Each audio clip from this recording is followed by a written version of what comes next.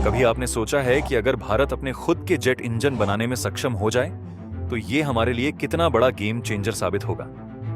ये कोई कल्पना नहीं बल्कि एक हकीकत बनने की ओर बढ़ रही है। आज हम बात करने वाले हैं कावेरी इंजन के बारे में, जो भारत के लिए स्वदेशी रक्षा तकनीक में एक मील का पत्थर बन सकता है। यह इंजन न केवल हमारी आत्मनिर्भरता को बढ़ाएगा बल्कि भविष्य में हम अपने खुद के फाइटर जेट्स को भी बनाएंगे, बिना किसी विदेशी सप्लायर के।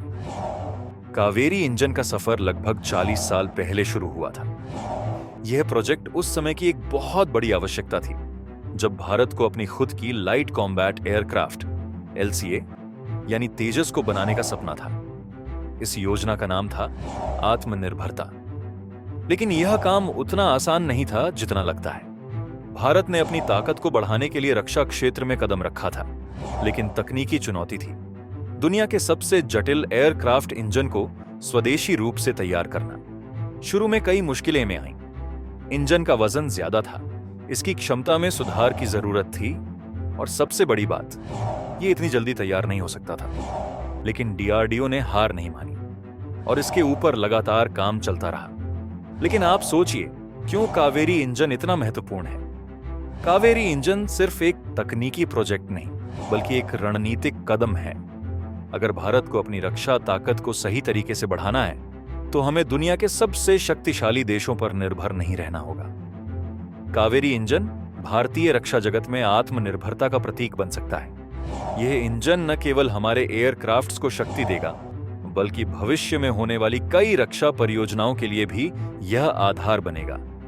जैसे जैसे यह इंजन अपना परीक्षण पार करेगा, भारत की रक्षा क्षमताओं में आत्मनिर्भरता का नया दौर शुरू होगा।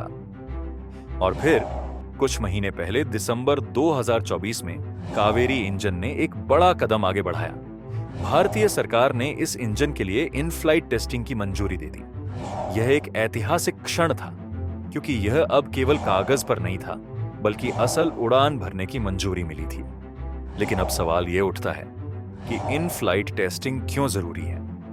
हम जानते हैं कि कोई भी इंजन, चाहे वह जितना भी अच्छा क्यों ना हो, उसकी असली क्षमता तभी पता चलती है जब उसे असली उड़ान स्थितियों में परखा जाता है। कावेरी इंजन के साथ भी यही होगा। इसे तेजस जैसे जेट्स में उड़ाने से पहले हमें यह देखना होगा कि क्या यह ऊंचाई, ठंडी और मुश्किल हालात में पूरी तरह से काम करता है। यही कारण है कि इन फ्लाइट टेस्टिंग एक जरूरी कदम है। यह परीक्षण शुरू में रूस में किए जाने थे। रूस के पास ऐसी सुविधाएं हैं जो हमारे पास नहीं है। रूस का IL-7 विमान एक भारी ट्रांसपोर्ट एयरक्राफ्ट, इसके 4 इंजन होते हैं। इनमें से एक इंजन को कावेरी इंजन से बदला जाएगा। यह परीक्षण वहां किया जाएगा ताकि हम यह देख सकें कि कावेरी इंजन उच्च ऊंचाई पर, कम दबाव और ठंडे वातावरण में कैसे प्रदर्शन करता है। यह परीक्षण भारत के लिए बहुत अहम है, क्योंकि अगर कावेरी इंजन इन परिस्थितियों में ठीक से काम करता है तो यह साबित हो जाएगा कि भारत अपने स्वदेशी जेट इंजन को विकसित करने में सक्षम है, और इसके बाद अगले कदम की दिशा स्पष्ट हो जाएगी। अब आप सोच रहे होंगे कि रूस में ही इन परीक्षणों की जरूरत क्यों पड़ी? क्या भारत में ये टेस्ट नहीं हो सकते थे? असल में इन परीक्षणों का उद्देश्य इंजन को उच्च ऊंचाई पर परखना होता है, जहां हवा पतली होती है और वातावरण अत्यधिक ठंडा होता है। यहाँ एक साधारण उदाहरण से समझते हैं। जब आप पहाड़ों पर चढ़ते हैं तो आपको महसूस होता है कि सांस लेना थोड़ा मुश्किल होता है। ठीक उसी तरह एयरक्राफ्ट इंजन को भी ऐसे वातावरण में अपना प्रदर्शन साबित करना होता है जहां हवा की घनत्व कम होती है। उच्च ऊंचाई पर इंजन के लिए ज्यादा चुनौती होती है। क्या वह इतनी कम हवा में भी अपना काम सही तरीके से करेगा? भारत में ऐसी कोई सुविधा नहीं है जो हमें इस प्रकार के उच्च ऊंचाई परीक्षणों की अनुमति दे, और इसी वजह से रूस के IL-7 विमान का इस्तेमाल किया जाएगा। उस विमान के 4 इंजन होते हैं, जिनमें से एक को कावेरी इंजन से बदलकर उसे उच्च ऊंचाई पर टेस्ट किया जाएगा।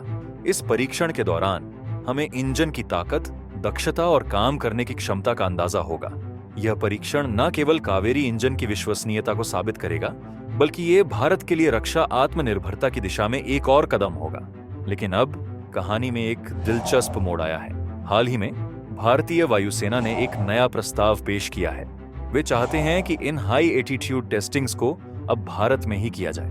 आप सोच रहे होंगे यह कैसे संभव है? तो वायुसेना के पास एक पुराना IL-7766 विमान है और उनका प्रस्ताव है कि इसे एक फ्लाइंग टेस्ट बेड में बदल दिया जाए। इसका मतलब है कि इसी विमान को कावेरी इंजन की टेस्टिंग के लिए इस्तेमाल किया जा सकता है, और वो भी भारत में। इससे रूस जाने की जरूरत नहीं पड़ेगी और हम बिना किसी देरी के परीक्षण कर सकेंगे।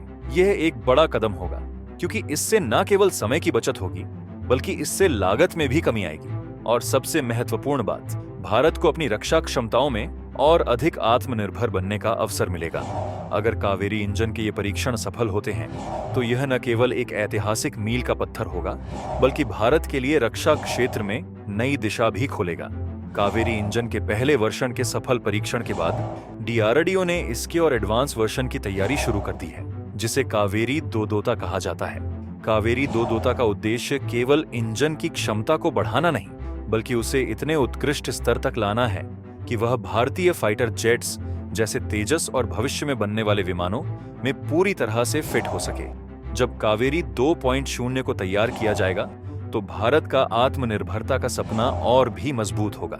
यह कावेरी इंजन केवल एक एरोस्पेस इंजन नहीं होगा, बल्कि भारतीय रक्षा प्रणाली के आत्मनिर्भर होने का प्रतीक बन जाएगा। भारत ने दशकों तक विदेशी इंजन पर निर्भर रहकर खुद को कई बार सीमित महसूस किया, लेकिन अब कावेरी इंजन भारत को न केवल आंतरिक सुरक्षा की ओर एक कदम बढ़ाएगा, बल्कि भविष्य में भारतीय वायुसेना को उन देशों के साथ खड़ा करेगा जो अत्याधुनिक एयरक्राफ्ट तकनीक के मामले में अग्रणी हैं। तो दोस्तों, कावेरी इंजन का सफर केवल एक तकनीकी विकास नहीं है, बल्कि यह हमारे देश के आत्मनिर्भरता की ओर बढ़ते कदमों का प्रतीक भी है। यह सिर्फ DRDO और भारतीय वायुसेना के लिए एक उपलब्धि नहीं, बल्कि यह पूरे देश के लिए गर्व का विषय है। कावेरी इंजन जैसे प्रोजेक्ट्स हमें यह सिखाते हैं कि अगर ठान लिया जाए तो किसी भी चुनौती को पार किया जा सकता है, और हमें दुनिया के सामने अपनी क्षमता को साबित करने के लिए किसी का मोहताज नहीं रहना पड़ेगा। यह वह दिन होगा जब भारत अपने खुद के जेट इंजन तैयार करेगा और अपनी रक्षा तकनीक में पूरी तरह से आत्मनिर्भर होगा। और आपको यह जानकर खुशी होगी कि यह केवल भविष्य की बात नहीं है, बल्कि यह अब वास्तविकता बनने की ओर बढ़ रहा है। कावेरी इंजन और इसके अगले संस्करण कावेरी 2.0 की सफलता से न केवल हमारी वायुसेना बल्कि हमारी पूरी रक्षा नीति पर सकारात्मक असर पड़ेगा। आपकी क्या राय है इस बारे में? क्या आप मानते हैं कि कावेरी इंजन भारत की रक्षा ताकत को आत्मनिर्भर बनाएगा? कृपया हमें अपने विचार कमेंट्स में बताएं, और अगर आपको यह वीडियो पसंद आया हो तो लाइक और सब्सक्राइब करना न भूलें। हम आपको हर नए अपडेट के लिए इंतजार करेंगे। धन्यवाद और मिलते हैं अगले वीडियो में।